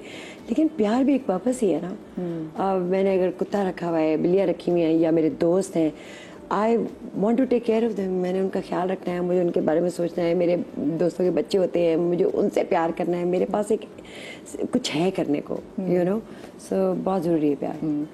क्या हमारे वालिदैन रिश्तों को बेहतर निभाना जानते थे या आजकल के बच्चों को रिश्ते निभाने का और उनकी हदूद का एहसास है? थोड़ा सा परवरिश पे डिपेंड करता है। थोड़ा सा चेंज तो आया है जिस तरह सोसाइटी ने तरक्की की है, और जो इन्फ्लुएंस हमारे सोसाइटी में बाहर से इधर उधर से आया है बिकॉज ऑफ इंटरनेट, और ये जब दुनिया सिमट गई है आपके फ़ोन में, तो बहुत सारी चीज़ें नई डेवलप हुई हैं। लेकिन जो हमारी इक़दार थी वालदैन से या वालदैन का बच्चों से, वो एक पूरा माशरती सिस्टम था, उसमें थोड़ी सी दरारें तो पड़ी हैं, लेकिन उसे इसलिए गलत नहीं कहा जा सकता कि सोसाइटी ने तो आगे ही बढ़ना होता है, तरक्की को कोई रोक नहीं सकता। कुछ अच्छी बातें हुई हैं, कुछ बुरी बातें हुई हैं। नौजवान नस्ल में वालदैन के लिए जो ज़रूरियात थी हैं उनकी वालदैन की, वो थोड़ी सी कम हुई हैं, और वालदैन का बच्चों पे मेरा ख्याल है ठीक ही है, क्योंकि मुझे ज़्यादा एक्सपीरियंस नहीं है, क्योंकि मेरे फादर की जल्दी डेथ हो गई थी, तो माँ थी, उसने ही सब कुछ किया था, उसने ही बढ़ाया, फिर उसने एक औरत के हवाले कर दिया, और फिर उस औरत ने मुझे बढ़ाया। अब मैं अपनी बेटी के हवाले हो गया हूँ, अब वो मुझे सुधारने की कोशिश कर रही है। तो ये सारी चीज़ें तो सोसाइटी का हिस्सा हैं जी। इसमें उतार चढ़ाव होता रहेगा, तब्दीली होती रहेगी। राशिद भाई, आपको वैसे जैसे आपने बात की कि आपके फादर की जल्दी डेथ हो गई थी, तो आपको ज़िंदगी में कहाँ कहाँ ज़्यादा ये फील हुआ कि मेरे फादर नहीं है? और यार हर उस जगह जहाँ फादर का होना ज़रूरी था, मुझे फील हुआ कि मैं अकेला हूँ और मुझे अपने फैसले खुद करने हैं, जो कि एक बाप उस वक्त करता है जब औलाद को सही और गलत का पता नहीं होता। अब मुझे हमेशा, जब से मैंने होश संभाला, मुझे अपने लिए सही और गलत का फैसला खुद करना था। तो जाहिर है उस वक्त मैं सोचता था कि कोई मुझे, क्योंकि हम अपने फादर पे सबसे ज्यादा ट्रस्ट कर सकते हैं कि ये जो कह रहे हैं ना ये बिल्कुल सही है, क्योंकि वो अपने से ज्यादा आपके लिए बात कर रहा होता है। बिल्कुल। अब मैं किसी और के ऊपर उतना ट्रस्ट नहीं कर सकता कि मैं आंख बंद करके अमल करूंगा। अगर मैंने किसी से मशवरा ले भी लिया है तो मैं उस पर 2-3 बार और सोचूंगा कि यार इसकी मुज़म्मिरात क्या क्या हैं भाई, और क्या क्या मुझे हासिल हो रहा है। तो उसके बाद मुझे फैसला खुद करना होता था। तो जाहिर है हर जगह मैं अपने फादर को मिस करता था। आप बताइए। चूँकि I don't have any children, but मैं तो जो मैंने नोटिस किया है कि आई थिंक माँ बाप को विद द टाइम्स चेंज करना पड़ा है ऑल्सो। मतलब ये आप सोशल मीडिया की बात कर रहे हैं, सो इतना इन्फ्लुएंस हो गया बच्चों के ऊपर। हमें जो तो अपना बचपना याद है, हमारे पास तो कुछ था ही नहीं, यू नो। उस टाइम बच्चे ज़रा स्पेस, आई डोंट रिमेंबर, मैंने अपने अम्मी अबू से कहा मुझे स्पेस चाहिए, वो चंड आनी थी फौरन, एक कमरा था बस, वो मेरी वहाँ थी, स्पेस चाहिए। आजकल के बच्चे तो बोर्ड भी बहुत जल्दी, फिर उनको स्पेस चाहिए होती है कि प्लीज हमारी चीजें हैं ये। आई मीन हमने कभी इस तरह सोचा ही था स्पेस, हम तो बस अपना ही खेल रहे होते थे, यू नो। हमारे पास वो चीज़ें नहीं थी ना कि हमारे पास सोशल मीडिया, हमारे पास तो चेयर्स नहीं, घर बना लिए, बाहर चले गए, लॉन में लोग पेट्स रख लिए, यू नो। सो बट मेरे ख्याल में आई थिंक पेरेंट्स को भी अपना रवैया चेंज करना पड़ा है, क्योंकि अब बच्चों का ऊपर इन्फ्लुएंस बहुत ज़्यादा है। बिल्कुल। जिंदगी में ना कहने की कितनी अहमियत है और ज़रूरी है? बहुत ज़्यादा। मेरे ख्याल है कि बहुत ज़्यादा। अगर आपने ना करना सीख लिया तो आप आगे बढ़ेंगे, क्योंकि सिर्फ यस नहीं होता, कोई भी चीज़ आपके लिए सब कुछ अच्छा नहीं होता कभी भी। तो आपको ये फैसला करना है कि कौन सी चीज़ आपके लिए ठीक है और कौन सी चीज़ नहीं। तो जब आप ये फैसला कर लेंगे तो आप ना करना सीख जाएंगे। और जब आप ना करते हैं तो शायद कुछ बेहतर भी हो जाता है। बिल्कुल ऐसा ही होता है। Yes ma'am doesn't work. So आपको भी, और ना कहना मुश्किल कितना है मुझे ये बताइए। आपके लिए मुश्किल था कि किससे लोग कहते हैं यार, हम समझा रहे थे दोस्तों को, खुद को समझा रहे थे कि भाई ना कहना सीखो, क्योंकि हाँ कहते कहते बहुत से लोगों को उधार भी दे दिए कभी वापस नहीं आते। नहीं, वो पीपल प्लीजर्स जिनको कहते हैं ना, लाइक आई थिंक मैं भी थी बचपन में। सो उसमें बहुत सारे लेसन लर्न करने पड़े, या ना कहना ज़रूरी है। आपके लिए रास्ता ज़्यादा अहम है या मंजिल पर पहुंचना?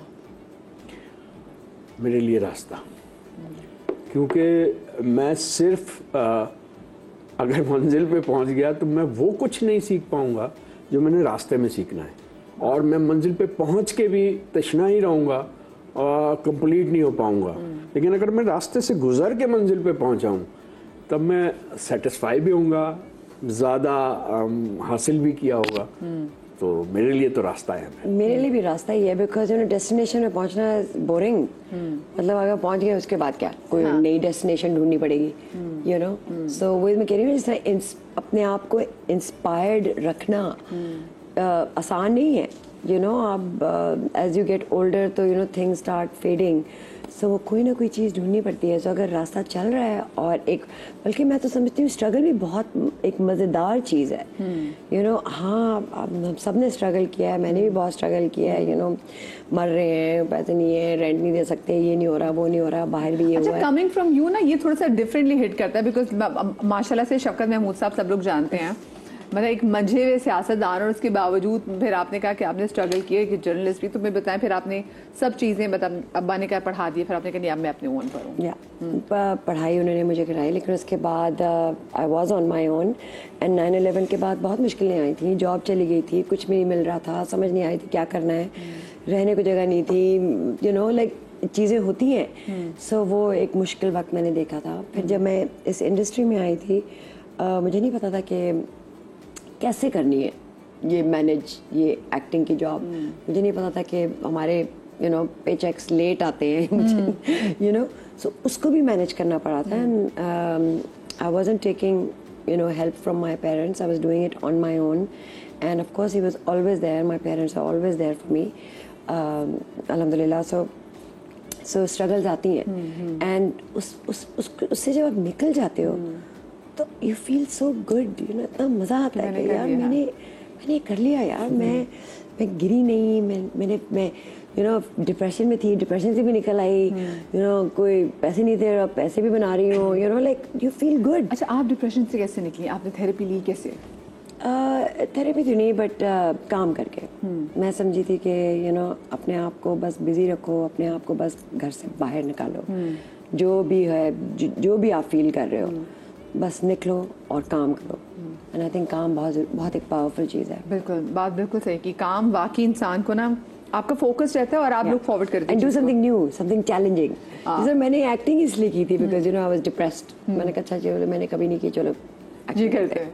वाओ, ये कितने मजे की बात है कि आप खुद को मुसलसल टेस्ट कर रही हो। You have to challenge yourself, वरना फिर फायदा क्या है? मतलब आपने भी पेचेक्स के वाले से बात की, मुझे बताएं ये क्यों इतनी हमारी जबरदस्त इंडस्ट्री, हमारी ड्रामा इंडस्ट्री, हमारे ड्रामा दुनिया जहान में पसंद किए जाते हैं, लेकिन अगर हम जब आर्टिस्ट से बात करते हैं तो वो ये जरूर जिक्र करते हैं पेचेक्स के हवाले से। तो क्यों कोई एक प्रॉपर सिस्टम नहीं है कि आर्टिस्ट की मांगने की नौबत ना आए और उससे पहले उनको ये पहुंच जाए उनकी चीजें?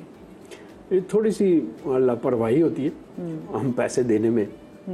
सभी लोग, मैं किसी एक का जिक्र नहीं कर रहा, सभी लोग पैसे देने में थोड़े हल्के होते हैं, मतलब थोड़ा सा रोकते हैं अपने आप को, अपने फंड्स को रोकते हैं, क्योंकि फंड्स उनके पास से चले गए तो उनके फंड्स कम हो जाएंगे। इसको प्रॉपर, वैसे इतना पहले की बनिस्बत अब इतना बहुत बेहतर है, बहुत बेहतर हो गया। सबसे लेट आपको चेक कितने अरसे बाद मिला, कोई आपको याद हो कि बहुत महीने लगे थे? मुझे ऑलमोस्ट 7 महीने के बाद एक वो भी फोर्स करके उनके साथ, उसके बाद मैंने कभी काम नहीं किया। कुछ 7-8 महीने लग गए थे। My God, that's a lot. 7 महीने में क्या कुछ नहीं हो जाता। आप बताएं सबसे लेट आपको चेक मिला? और ज़्यादा मेरे चेक लेट नहीं होते, क्योंकि एक चीज़ है कि मैं इतनी एफर्ट के साथ और इतनी इन्वॉल्वमेंट के साथ काम करता हूँ, और कोशिश मेरी होती है कि बहुत तो आपका क्या मतलब है कि तारा इन्वॉल्वमेंट के साथ काम नहीं करती? ये आपने क्या बात की कि मेरे चेक लेट ही होते? तारा के हो गए। उस वक्त मैं थोड़ी नई एक्टर थी ना, तो यू वर नाइव अब नाउ आई एम एस्टैब्लिश्ड। मे भी कि तारा की जो चेक हासिल करने की एफर्ट हो, उसमें थोड़ी सी कमी हो। तारा ने पूछा नहीं होगा। एक छोटी सी ब्रेक ले रहे, क्योंकि मेरी टीम मुझे पूछ रही है कि ब्रेक ले, छोटी सी ब्रेक के बाद लेते हैं।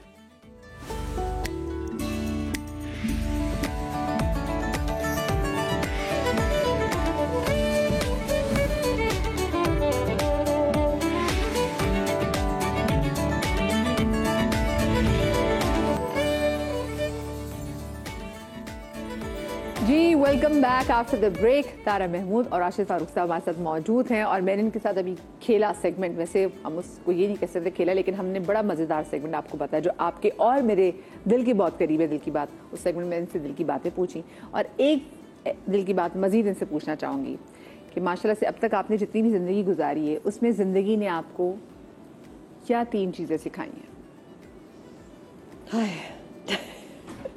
आखिरी एग्जाम।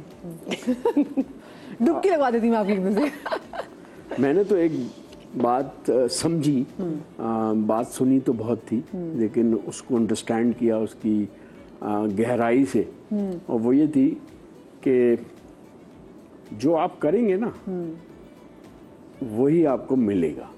आप जिंदगी में जो अमल करेंगे वही, उसका ही रद्द अमल आपको मिलेगा। अगर आप सही सोच रहे हैं तो आपके गिर्द सही चीजें होंगी, और आप गलत सोच रहे हैं तो आपके गिर्द वही गलत चीजें।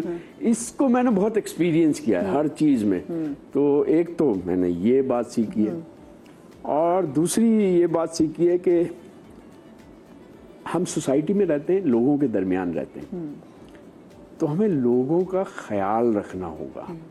मतलब अगर मैं चाहता हूं कि मेरा ख्याल रखा जाए तो उसके अगेंस्ट मुझे दूसरों का ख्याल रखना पड़ेगा। यही वो बात वही है, लेकिन अमल में फर्क है। What goes around comes around वाली बात है। जी बिल्कुल। आई गेस मैं ये कहूँगी कि अपने आप को ज़्यादा एक्सपोज मत करो। मेरा बहुत बड़ा मसला है, मैं अपने दिल की बात कर देती हूँ, एंड मे बी इतनी ज़्यादा अपने आप को एक्सपोज करना, अपनी पर्सनालिटी को एक्सपोज करना शायद is not that great. You know, थोड़ा सा ज़रा केयरफुल रहना चाहिए, बिकॉज लोग जो है ना वो अच्छी नज़र से नहीं देखते। बहुत सारे लोग हैं जो आपको नहीं देखते। एक ये है, एक दूसरा के मैं रिग्रेट में नहीं बिलीव करती। कोई चीज़ रिग्रेट नहीं करनी चाहिए। आपने जो भी किया है, चाहे आपने गलत किया है, गलत कर दिया, मीन पीपल मेक मिस्टेक्स, या आपने बहुत अच्छा किया है, कोई चीज़ रिग्रेट नहीं करनी चाहिए। उस वक्त जो चीज़ सही लगी आपने की, ठीक है ना। So no regrets. एंड तीसरी सबसे आखिरी बात जो मैं अभी भी करती हूँ कि हर दिन को ऐसे जियो जैसे आपका आखिरी हो। यू नो, प्यार दो लोगों को, इस कि किसी को हर्ट नहीं करो, बस सिंपल। क्योंकि ये अच्छा फंड है बाकी लाइफ के, ऐसी सिंपल से फंडे होने चाहिए, फिर उन पे काम भी करना चाहिए। अच्छा, मुझे बताएं कि आजकल क्योंकि सोशल मीडिया का दौर है, हमारे जितने भी आर्टिस्ट हैं उन पे हमारी नज़र भी है और हम उनकी लाइफ को फॉलो भी कर रहे होते हैं। हमारे आर्टिस्ट जो दूसरे पड़ोसी मुल्क जाके जो काम कर रहे होते हैं, पड़ोसी मुल्क के आर्टिस्ट तो खैर पाकिस्तान में कम ही काम करते हैं, तो इसको फिर आप किस नज़र से देखते हैं? क्या आपको लगता है कि होना चाहिए? आर्टिस्ट की कोई बाउंड्री होती है? नहीं, आर्टिस्ट की कोई बाउंड्री नहीं होती है। आर्टिस्ट को कहीं पर भी कैसा भी काम मिले उसे करना चाहिए, क्योंकि उसका काम ही है। ठीक है, आप उसमें ख्याल रखना चाहिए कहाँ आप लोगों को। मैं अगर किसी सोसाइटी और दूसरे मुल्क में जाके काम करूँगा तो मुझे जिस सोसाइटी से मेरा ताल्लुक है, जिस मुल्क से मेरा ताल्लुक है, उनके लोगों का ख्याल रखना है। कुछ ऐसा ना किया जाए जिससे लोगों की फीलिंग हर्ट हो, और या फिर मेरे मुल्क के लोगों की अच्छाई दूसरी तरफ जाए और वो उस पर फख्र करें। तो ये तो बहुत अच्छी बात है। आर्टिस्ट तो कहीं पर भी जाके काम कर सकता है। दुश्मन है तो क्या हुआ यार? आपको क्या लगता है? I'm totally for it. I mean, I think हमारे पास इतना टैलेंट है, एंड हमें इस टाइप का एक्सपोजर चाहिए इन आवर इंडस्ट्री। मेरे ख्याल में हमारी इंडस्ट्री, हमारी फिल्म इंडस्ट्री डेवलप ही इस तरह होगी अगर कोई ऐसे एक्सचेंज होना शुरू हो जाए। हमारे डायरेक्टर्स कहीं और जाएं, हमारे एक्टर्स कहीं और जाएं, वहाँ से लोग यहाँ आएँ, कुछ इस तरह का आपस में काम होगा तो हमारी कुछ इंडस्ट्री डेवलप। अभी देखें ना, क्योंकि हमने हमेशा देखा कि पंजाबी जो पंजाबी सिनेमा है जो है उसमें पाकिस्तानी बहुत एक्टर्स जो हैं वो, और क्योंकि वो एक तरह से यूएसपी भी होती है उस फिल्म की। और अभी दिलजीत दोसांझ की जो फिल्म आई है जिसमें हानिया आमिर ने जाके काम किया है, और वो ऐसा भी नहीं कि उसमें कहीं ना कहीं मुल्क दुश्मनी की बात हो रही हो, लेकिन उसको इतना जिस तरह से क्रिटिसाइज किया जा रहा है और जैसे दिलजीत दोसांझ को बैन किया जा रहा है। So it's so disheartening to see कि किस तरीके से एक मुल्क अपने एक आर्टिस्ट को एक ऐसी चीज़ पे बैन कर रहा है कि जो उसने जानबूझ के की भी नहीं है। हाँ, अच्छा, आपको क्या लगता है कि आज के दौर में कामयाब एक्टर कौन है जिसके सोशल मीडिया के अकाउंट पे लाखों फॉलोअर्स हैं, जिसके ड्रामों की यूट्यूब पे मिलियन में व्यूज़ हैं, या वो जिसकी चैनल मालिकान से अच्छी दोस्ती है? किसके साथ? जिनकी चैनल मालिकान के साथ अच्छी दोस्ती है।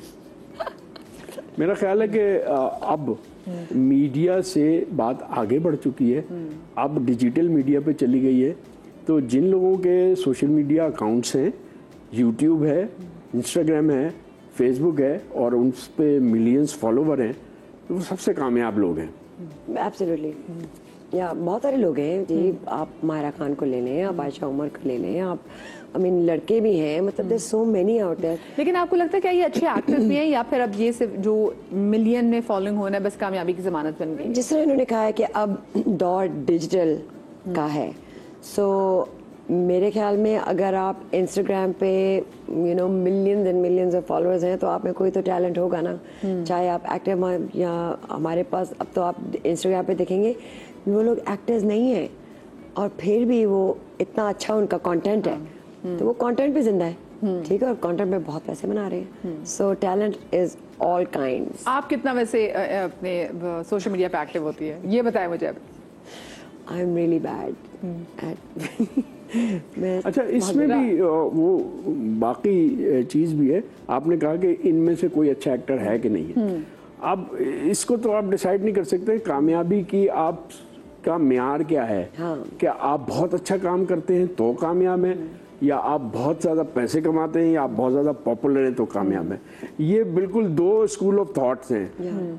तो मेरी नज़र में तो कामयाब आदमी वही है जो बहुत अच्छा काम करता है। लेकिन अगर समाजी तौर पे देखें और तो ज़्यादातर लोगों के जहन में यही है कि जो लोग ज़्यादा पैसे कमाते हैं, जो पॉपुलर है, तो वो कामयाब है। तो उस हवाले से तो सोशल मीडिया इम्पोर्टेंट है। बहुत सारे लोग हैं जो बहुत अच्छा बोलते हैं, जो बहुत अच्छा मैसेज दे रहे हैं, जो अब पॉडकास्ट और एवरीवेयर, ठीक है ना, तो वो भी मेरे ख्याल में एक टैलेंट है।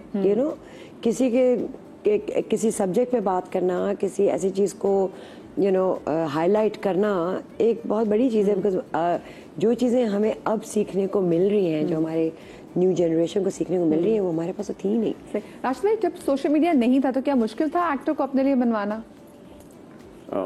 काफ़ी ज़्यादा मुश्किल था, क्योंकि उसे फिर जाना पड़ता था उन प्रोड्यूसर्स के पास जो ये काम करते थे, और उन्हें बताना पड़ता था भाई मैं भी हूँ, आप ट्राई करें। और वो 100 नखरे करता था और बहुत सारी खिदमतें लेता था, फिर जाके कुछ थोड़ा बहुत काम देता था।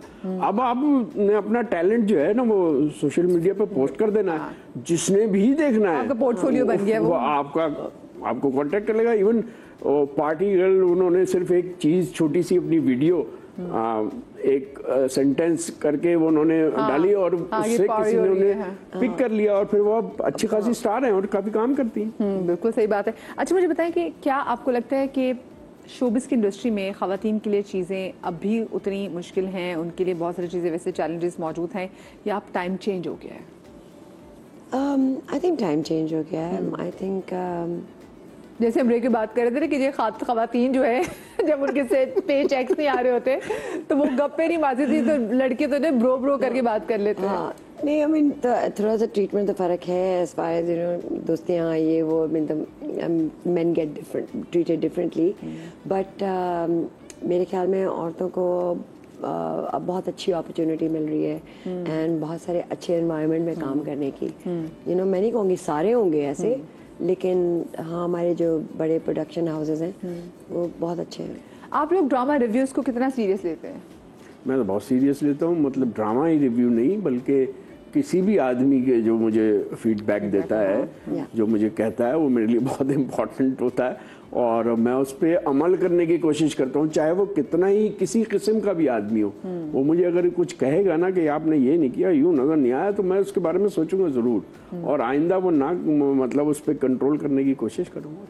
तो आप बात सुने कि आप सोशल मीडिया पे एक्टिव हैं, अकाउंट जितना मैं हो सकता हूँ उतना मैं होने की कोशिश करता हूँ, क्योंकि सोशल मीडिया पे तो कोई भी आके कुछ भी लिख देता है। फिर आप क्या, अगर राशिद भाई आप वैसे पढ़ते हैं आपके अंदर अकल, दिमाग, शऊर मौजूद है, आप रिव्यू कर सकते हैं उस कमेंट को जो किसी भी हवाले से दिया गया हो। अगर वो आपके काम के हवाले से दिया गया है और उसमें कोई पॉजिटिव बात है या नेगेटिव बात है, आप उसे रिव्यू करें, आपको पता चल जाएगा ये किस किस्म के आदमी ने किस किस्म का। लेकिन जैसे आपने बात की कि जो सोशल मीडिया पे भी और जो टेलीविजन पे भी जो ड्रामा रिव्यूज हो रहे हैं, वो आप देखते हैं, सुनते हैं?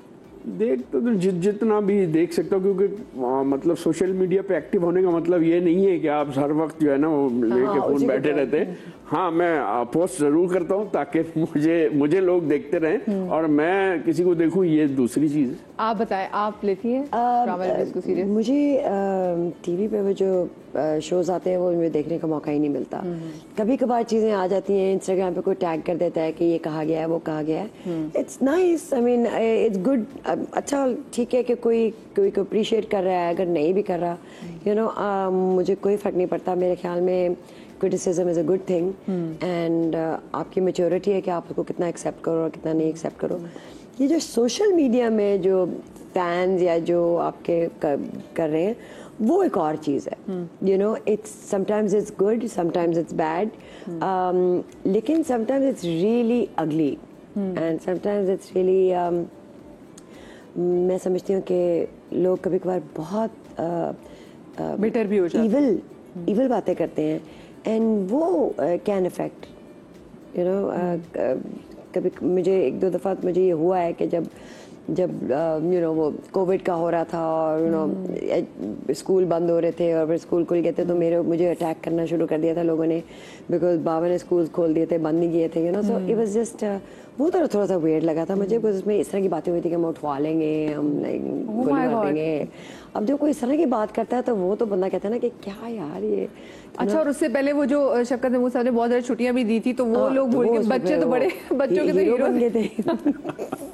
बच्चे तो कहते थे अपने बड़ों की Shafqat Mahmood. I don't worry about so much. आपको वो अगर आपके जैसे being a wife of a politician, बहुत सारी चीजें होती हैं कि आपको भी बैकलैश लेना पड़ता है। हाँ, लेना पड़ता है। सो वो आपको being a daughter of a politician बहुत ज़्यादा, तो वो आपने भी फील किया कि बैकलैश आता है बहुत सारी चीज़ों पे जी, और प्यार भी बहुत ज़्यादा आता है। So I thank everybody for that.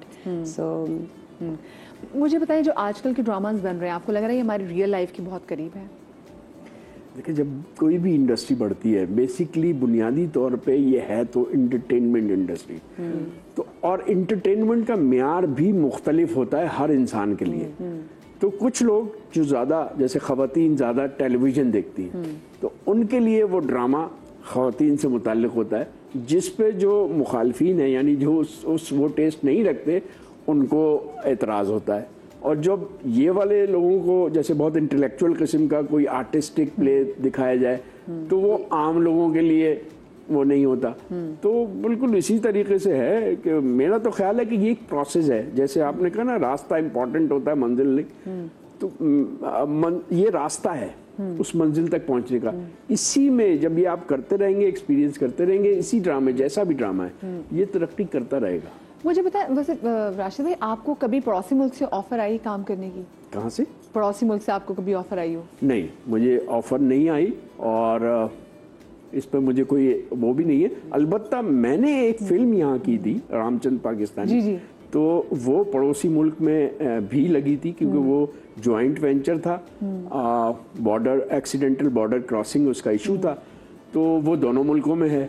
तो वहाँ की एनजीओ और यहाँ की एनजीओ मिल के उन्होंने वो फिल्म बनाई थी, और वो इंडिया में भी लगी और पाकिस्तान में भी लगी। राशिद भाई, आपको लगता है कि ओटीटी प्लेटफॉर्म्स की, आप दोनों को लगता है कि यह पाकिस्तान में बड़ी कमी है? क्योंकि वहाँ पे हमसाया मुल्क में, दुनिया भर में देखेंगे जो ओटीटी प्लेटफॉर्म्स में, और वो एक्टर्स के बाद एक और कमाल मार्जिन है एक्टिंग करने का।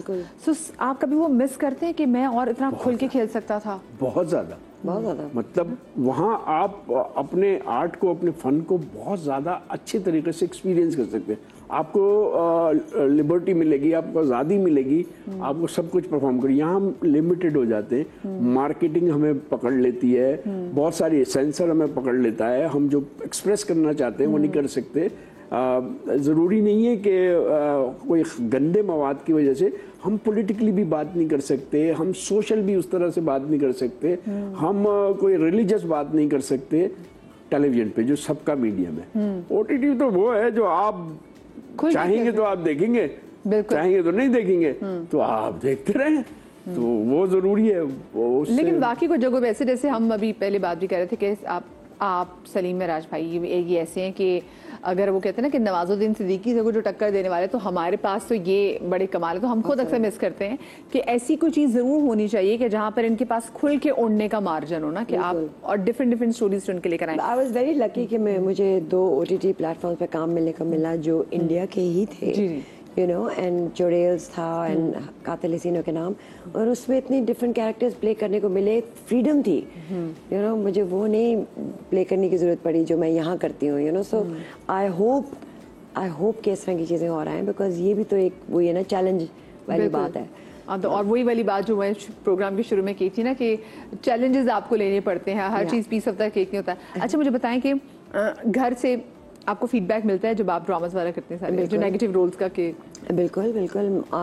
मेरी अम्मी जो है वो देखती हैं, मेरे ड्रामे देखती हैं, और हमेशा कुछ ना कुछ कहती हैं, हमेशा मुझे बताती हैं कि हाँ मुझे ये भी फ़ोन आया है और ये, एंड शी टेल्स मी कि अगर मैं सही लग रही हूँ या मैं एक्टिंग सही कर रही हूँ. So it's very important to me. अच्छा, जैसे राशिद भाई आपने बताया ना कि आप जो रोल करते थे फिर वो रोल ऑफ कोर्स आप वो घर लेके भी जाते थे, लेकिन इतने जो आप नेगेटिव रोल्स करते हैं आपको लगता है इनका कोई इम्पैक्ट पड़ता है इंसान की पर्सनालिटी पर?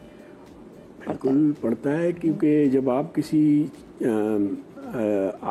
किरदार में उतरते हैं तो आप जब लोगों पे असरअंदाज हो सकता है तो आप पे क्यों नहीं होगा. आपके अंदर भी उस तरह के केमिकल रिएक्शंस होते हैं जो आपकी शख्सियत को डैमेज भी करते हैं या आपकी शख्सियत को निखार भी सकते हैं. तो बिल्कुल ये पेन लेना आसान काम नहीं है, इस पेन को बर्दाश्त तो ये घर वाले आपके टेलीविजन पे नेगेटिविटी को एंजॉय करते हैं या घर वाले भी कहते हैं मनफी किरदार ना किया करें? मैं बुनियादी तौर पे मैं खुशकिस्मत हूँ कि ना तो मेरी वाइफ और ना मेरी बेटी वो मेरे काम को बिल्कुल लिफ्ट नहीं कराती, ना करें, और मुझे भी नहीं कराती. वो नहीं देखती, कोई भी नहीं देखता. कोई मैं बहुत फोर्स कर लूं, यार ये देख लो बड़ा अच्छा है खुदा के लिए, ये देख लो, तो वो देख लिया जाता है और उस पर छोटी मोटी तनकीद भी की जाती है. बुनियादी तौर पे उनके देखिए मैं तो मुझे इतना दुख हो रहा है, मेरा राशिद भाई इतना कमाल का काम करते हैं, ना बेटी देखी ना कि मैं इसीलिए कह रहा हूँ ये मेरी खुशकिस्मती है कि मैं डिस्टर्ब नहीं होता.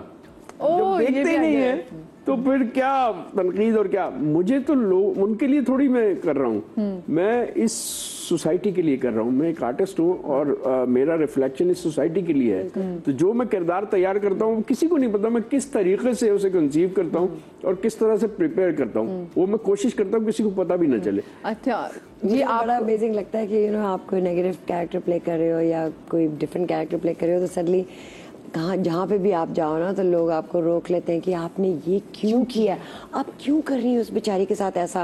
मतलब मैं द्यारे दिल जब किया था तो वो मेरे ऊपर भी बहुत हावी हो गया था, मैं बड़ी परेशान हो गई थी. वो बड़ा नेगेटिव एक कैरेक्टर मैंने किया था, तो उसमें मैं जहाँ पे भी जाती थी वो मुझे कहती थी कि आप ये क्यों कर रही हैं उसके साथ. मैंने कहा मैं नहीं कर रही हूँ. कैरेक्टर है जो या मैंने वो दरार आई थिंक नाम था उस ड्रामे का, मैंने मिस्ट्रेस प्ले किया था पहली बार. तो मुझे तो लोग एक दूर से एक आंटी ने कहा था आपने क्यों किया ये रोल, आपको सूट ही नहीं करता है. मैं कह रही हूँ जी एक कैरेक्टर प्ले किया, मुझे क्यों. लेकिन अगर कोई बंदा आपको रोक के आपसे कहे तो इसका मतलब ये आपकी कामयाबी की जमानत है कि आपकी एक्टिंग लोग कन्विंस हो गए, लोग कन्विंस हो गए. अच्छा, क्विकली जाने से पहले मुझे बताएं कि जो नए लड़के लड़कियां इंडस्ट्री को ज्वाइन करने चाहते हैं उनको क्या टिप्स देंगी? Be patient, don't lose your cool. मतलब बिकॉज यू नो इंडस्ट्री में अगर आना है तो उसको समझो कि इस देर काम कैसे करना है, यू नो. सो उसमें थोड़ा टाइम लगेगा.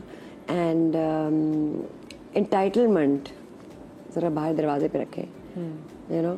आपको अगर यहाँ से भी शुरू करना पड़ेगा, जहाँ से भी शुरू करना है वहीं से शुरू करें. अब ये ना समझे कि आती कि मैं हीरोइन क्यों नहीं बन रही, मैं मुझे लीड क्यों नहीं मिल रहा, यू नो.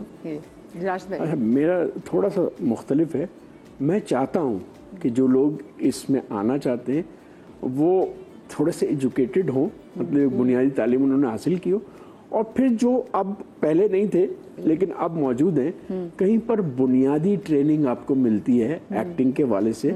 साथ जब आप वो एक्टिंग करते हैं ना तो आप आदाब भी सीखते हैं उन सारी चीजों के. मतलब आपकी डेडिकेशन में इजाफा होता है इस काम के हवाले से. देखिए आदाब वही बात है, हर जगह के आदाब होते हैं और हर जगह के आदाब को मलूज़ खातिर रखना चाहिए. थैंक यू सो मच आरा आपका, thank you so much Rashid भाई आपका. आप लोग अपना बहुत सारा ख्याल रखिएगा, शाद रहिए, आबाद रहिए. अल्लाह पाक आपको औलाद के गम से महफूज रखे. अल्लाह हाफ़िज़.